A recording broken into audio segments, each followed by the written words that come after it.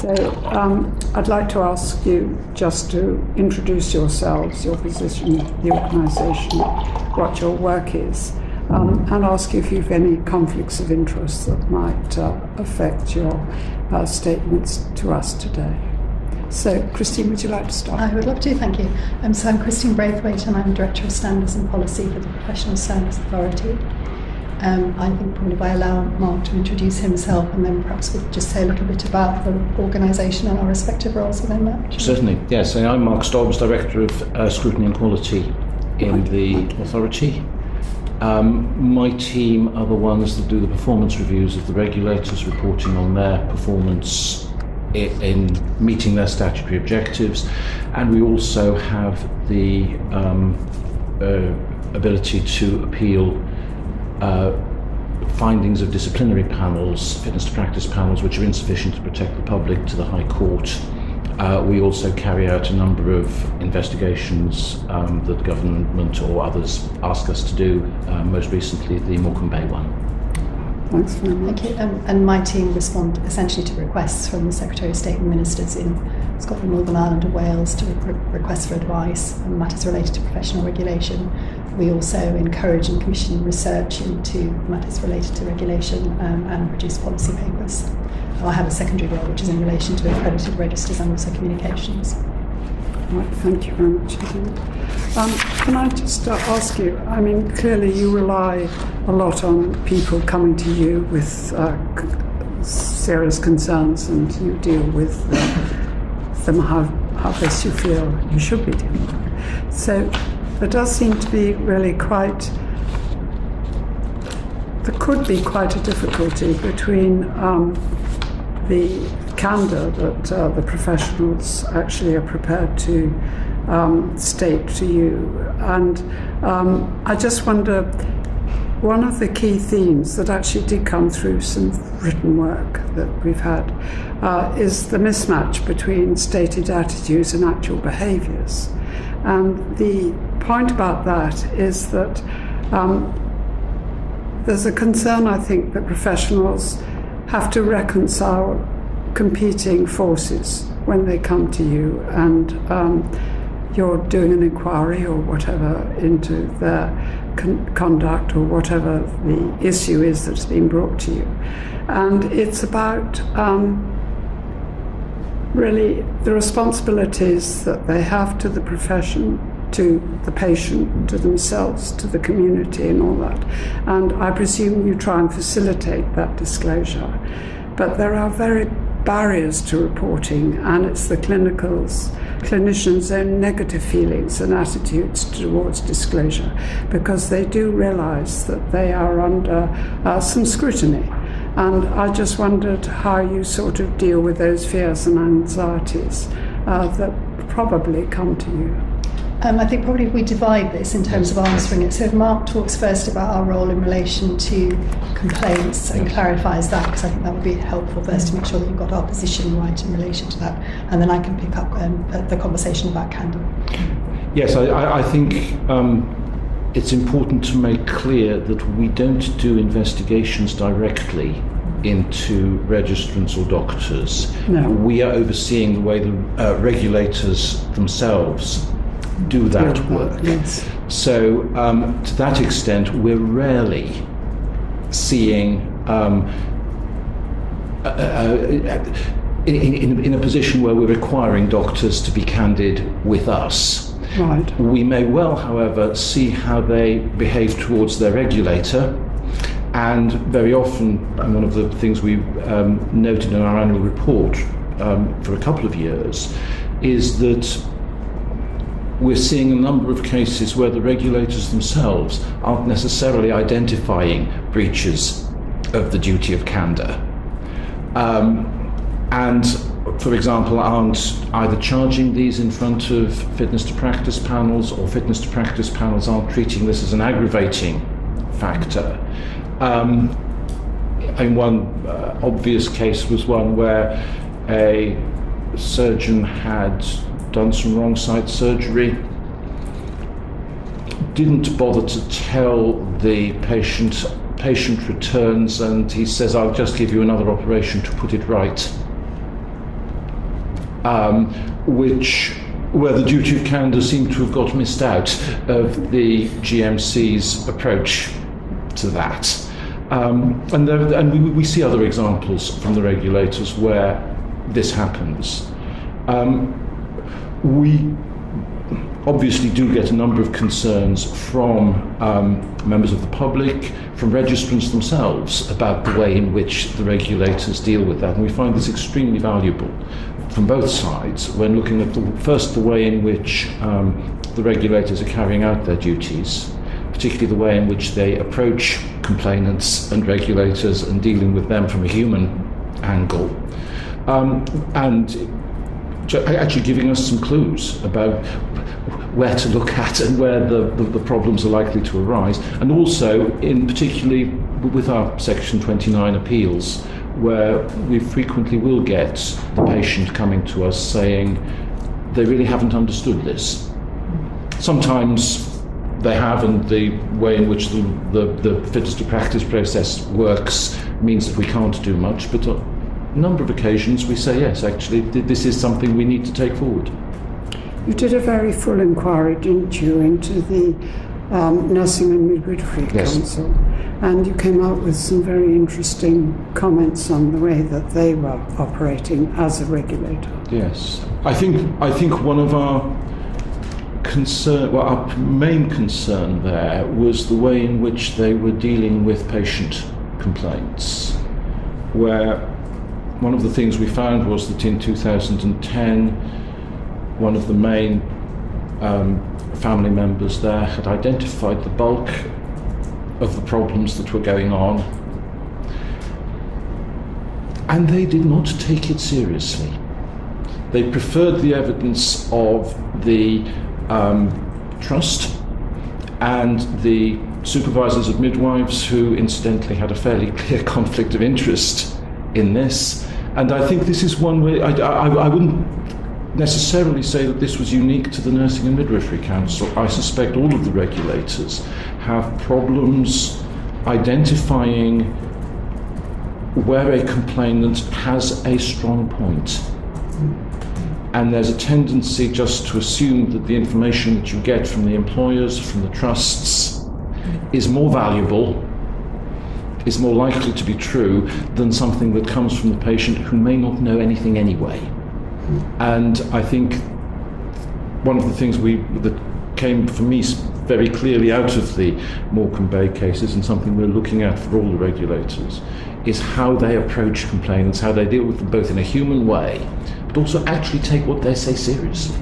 Those people were in those consulting rooms, they were in the operating theatres.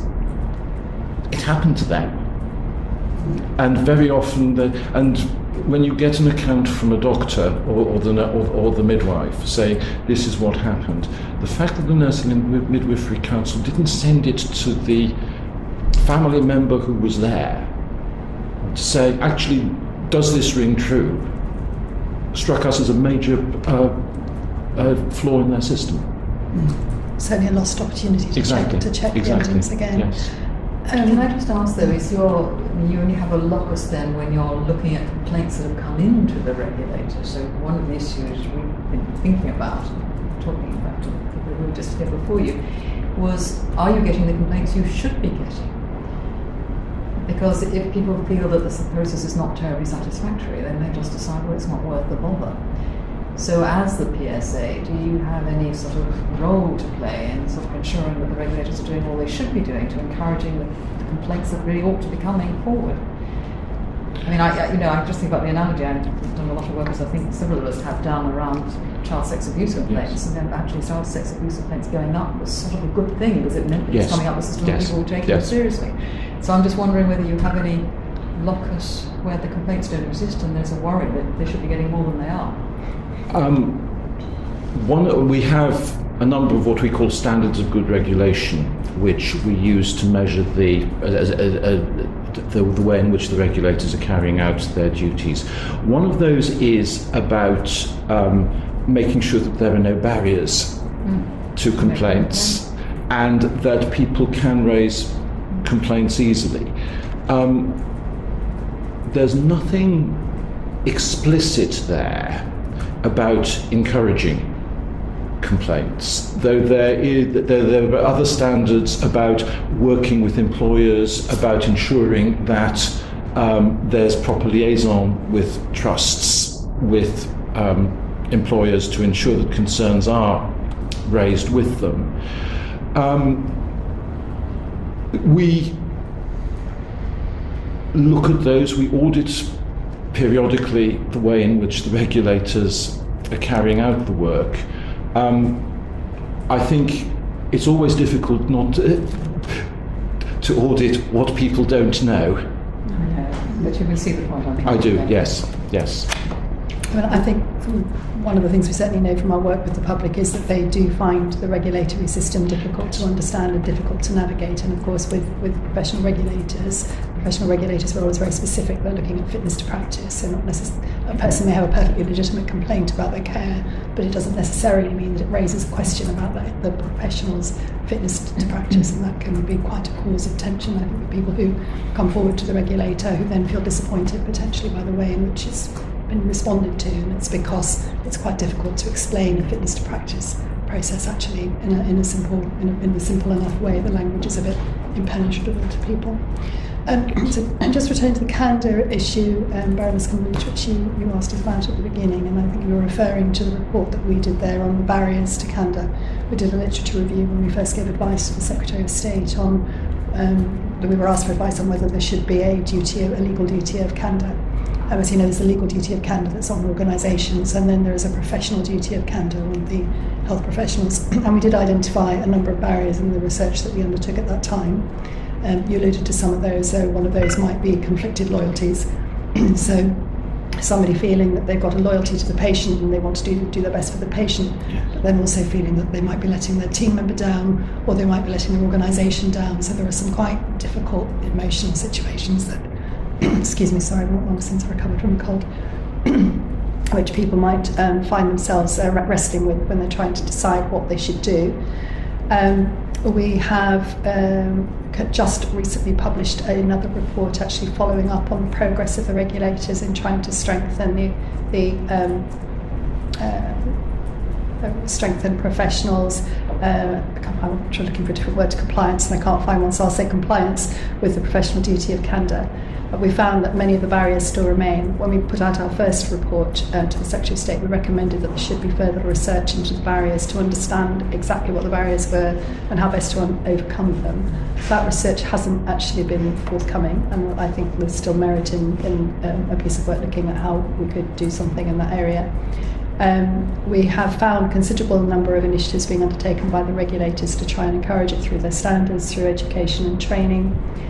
With fitness to practice, and Mark mentioned that we were not seeing fitness to practice particularly, duty of candour particularly appearing in the allegations that the regulators were bringing forward. The regulators have said that they think they are looking at candour, but they're not necessarily referring to it as the duty of candour, but that it's mostly being captured through allegations related to dishonesty. And so they think that they're looking at it in relation to that. I don't know, Mark, whether you'd have anything further to say on that. It seemed reasonable. They don't all categorise their allegations in the same way, so it can be very difficult to carry out a comparison to see whether they are identifying all of the instances of them and picking it up. Clearly there is a major link between lack of candour and dishonesty. I think part of the problem that you face is that it's a very high bar to show that somebody is actually dishonest, and so that people will often give registrants, understandably and perfectly properly, the benefit of the doubt. And you might want just to say, actually, you were not candid. You did not mention this when you should have done, without actually colouring it with the rather higher, more standard of dishonesty, which again raises the stakes for the registrants and makes it more difficult for them to respond and accept. Do you think that still applies in the same way now the duty of candour is statutory? The research that we just undertook with the regulators suggests that there is some confusion, that professionals find the legal duty of candour clearer because it provides a very clear threshold for when it's engaged and when it isn't, whereas with the professional duty they found was more nebulous. and they would welcome greater clarity from the regulators in that, and suggested that case studies would be a way to help them interpret the two standards and make sense of that. Similarly, although all of the regulators signed up to a joint statement, they've got their individual standards, and we suggest that again it might be sensible to think about having a single standard. Can I talk to you about culture? The background for me is that I was an elected member of the General Medical Council, but that was 20 years ago, and I'm no longer on the register, and I retired 20 years ago, almost 18 years ago. But I've thought about it then, and I've worried about it ever since. We want to encourage people to be honest, open and truthful, to be trustworthy. And that means that we want to encourage a no-blame culture, because that's the only way you can learn. I'm on record, along with others, of saying that regulators can't improve anything. They're there for a different purpose. But it was very difficult to get members of my profession to love the General Medical Council. I mean, I tried very hard, because I thought we were trying to do good things for patients and for doctors. But even when I was on the council, and I used to get letters every day from them about standards matters, every time the letter dropped through the letterbox, my heart sort of stopped briefly. Because if you're a doctor, you don't love the regulator. And yet I understood why it was so important. So you're getting some measure of my confusion. But one thing I did think was that if the regulator, by its processes, could be a bit more friendly, then maybe that would actually help the overall improvement of a no-blame culture. And quite often it is so legalistic, and it takes so long to actually get a resolution to the complaint, that it's actually the culture of the regulator, for maybe for very good reasons, actually doesn't actually help improve the culture. Does that make any sense to you? It absolutely does, and we completely agree with you, and that's exactly what we said in Right Touch Reform. I mean, we have said that the system has become much too adversarial, and it doesn't need to be adversarial, it could be inquisitorial. I think the regulators agreed that the time has come for them to move to what they're terming upstream approaches, and to adopt less adversarial approaches, and there's much more use now of consensus. But are you measuring, because in your role as the supervisor, and you're the Uber regulator, are you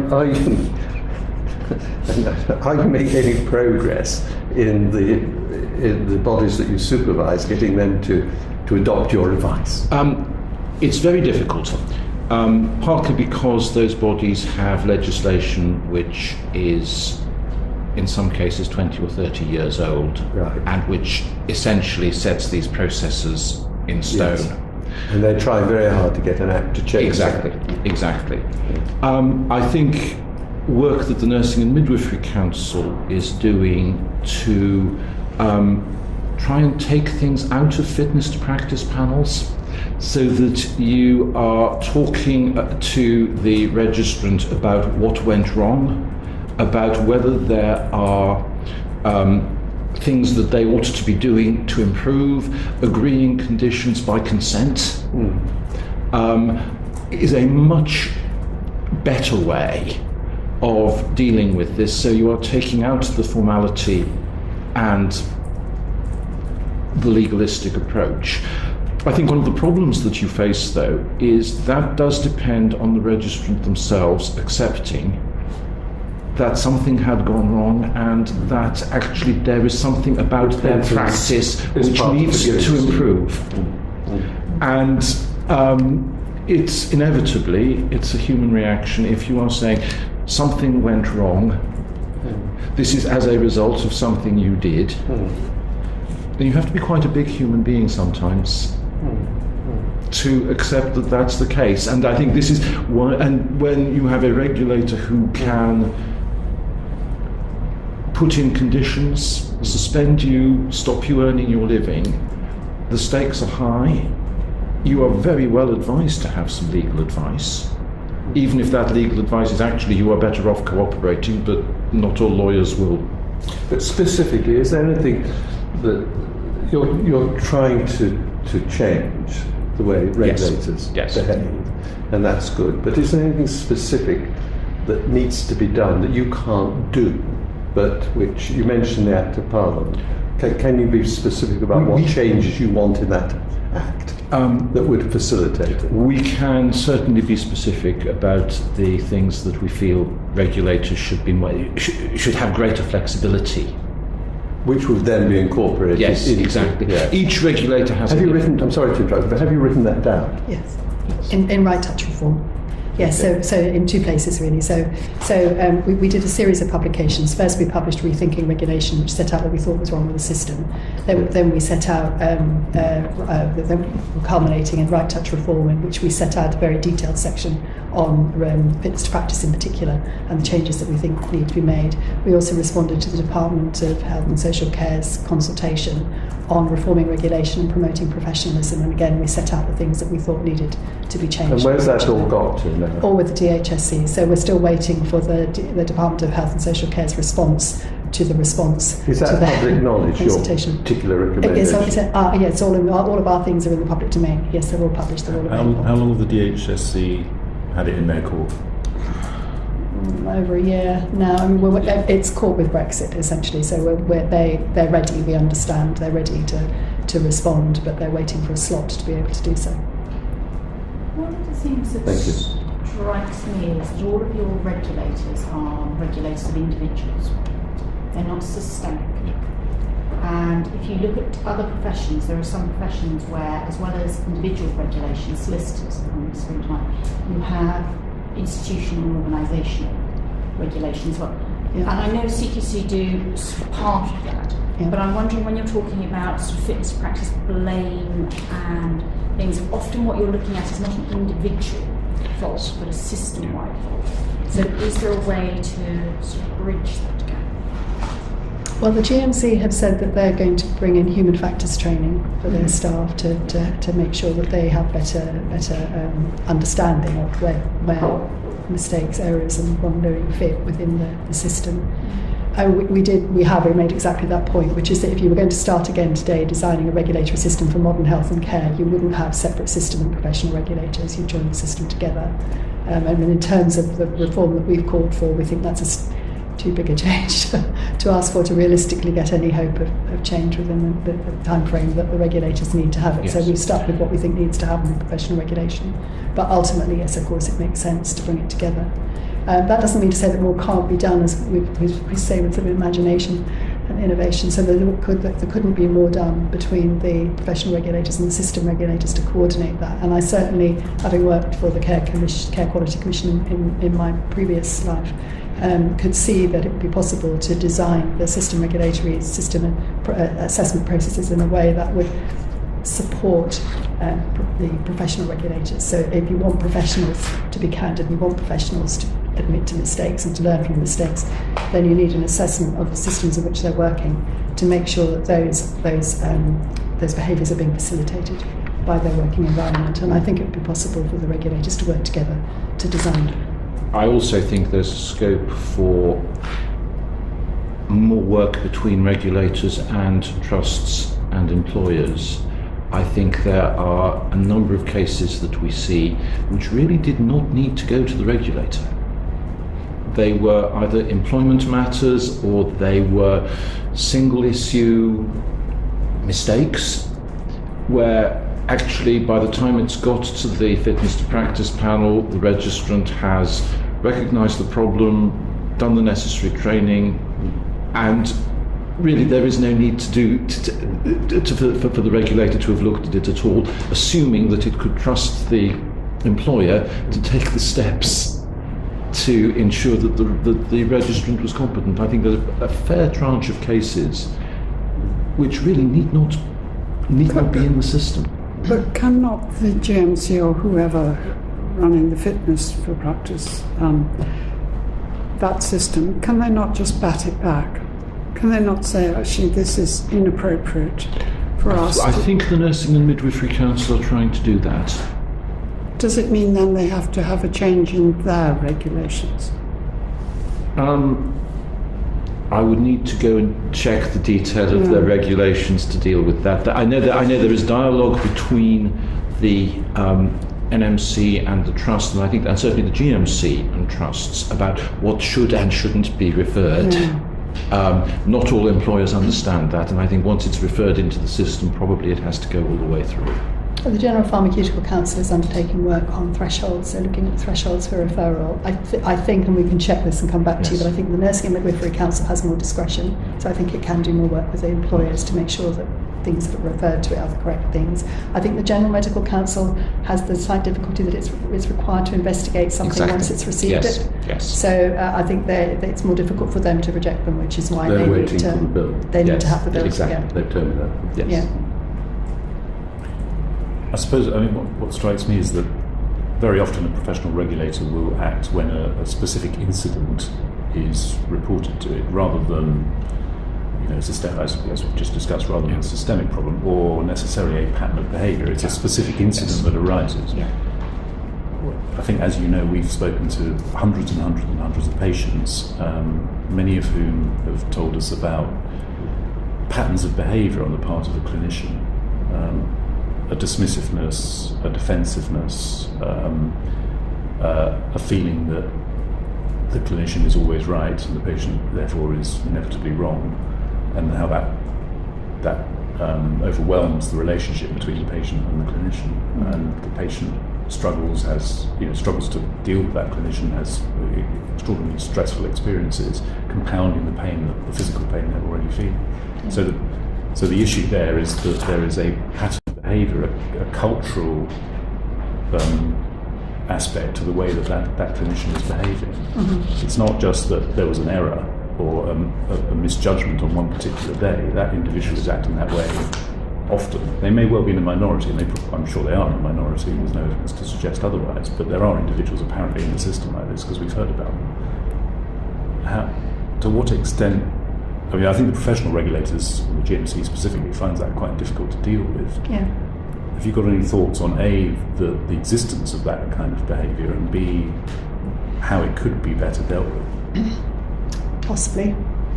I think that's true. Certainly, you look at the major inquiries into some health professionals who've transgressed in the past, for example, other individuals, you could see that there was certainly noise about them in the workplace.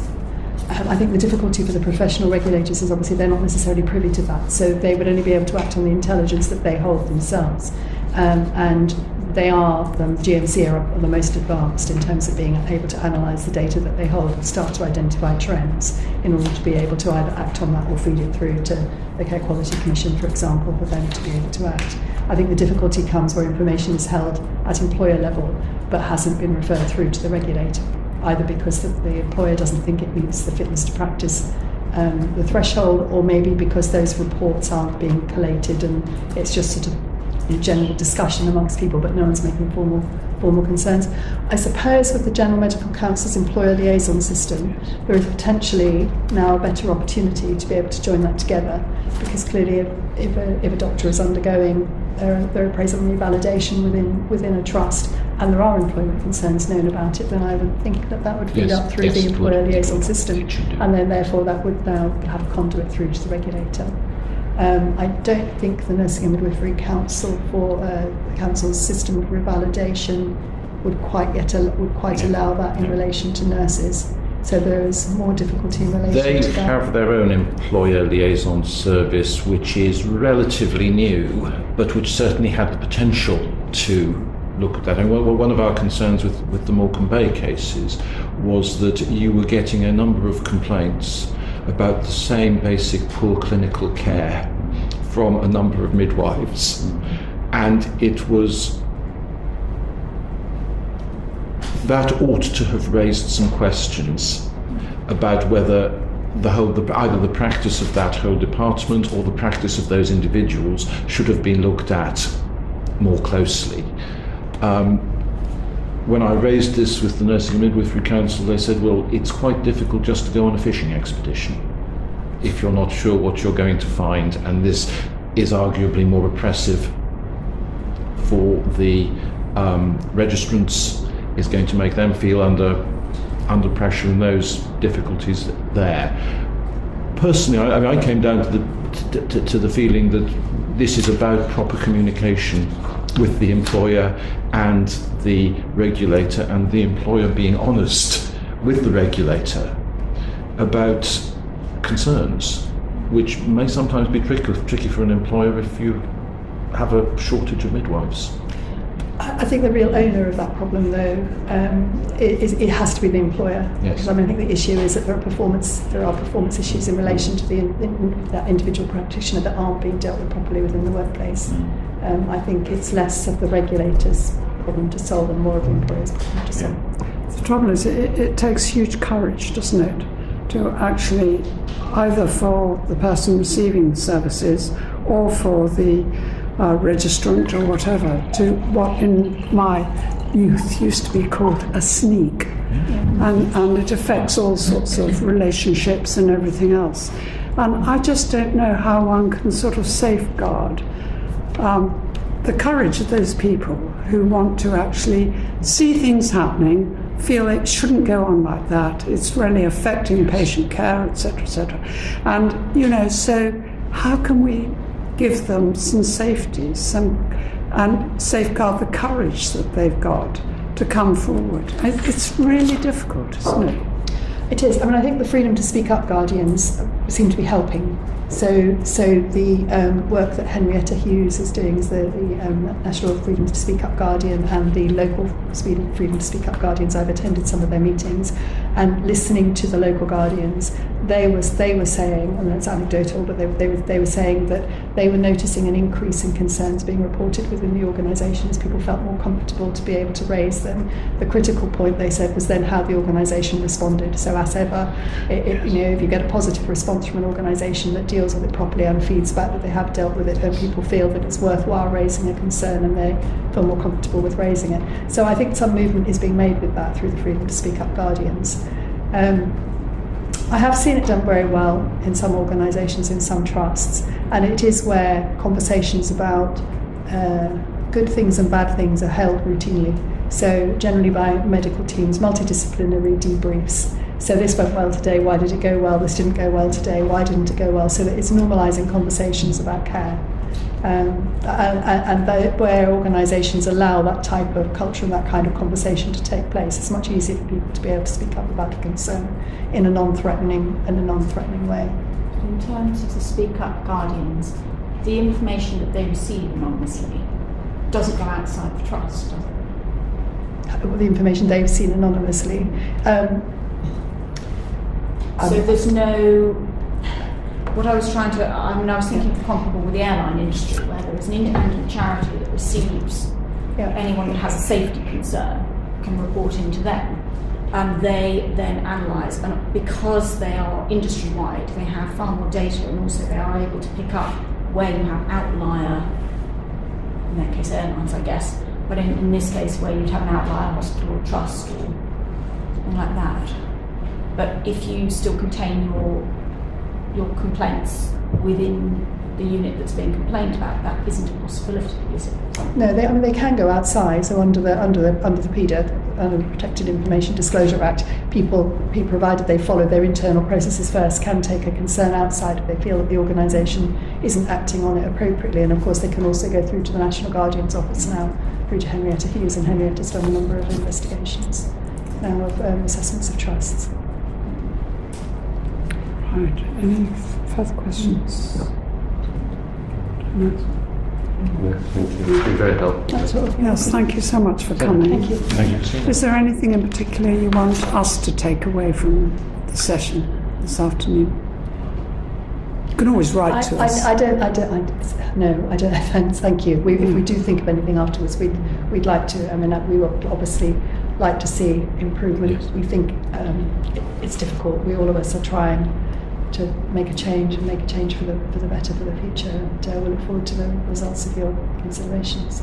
Thank you. Well, thank you for the work you do.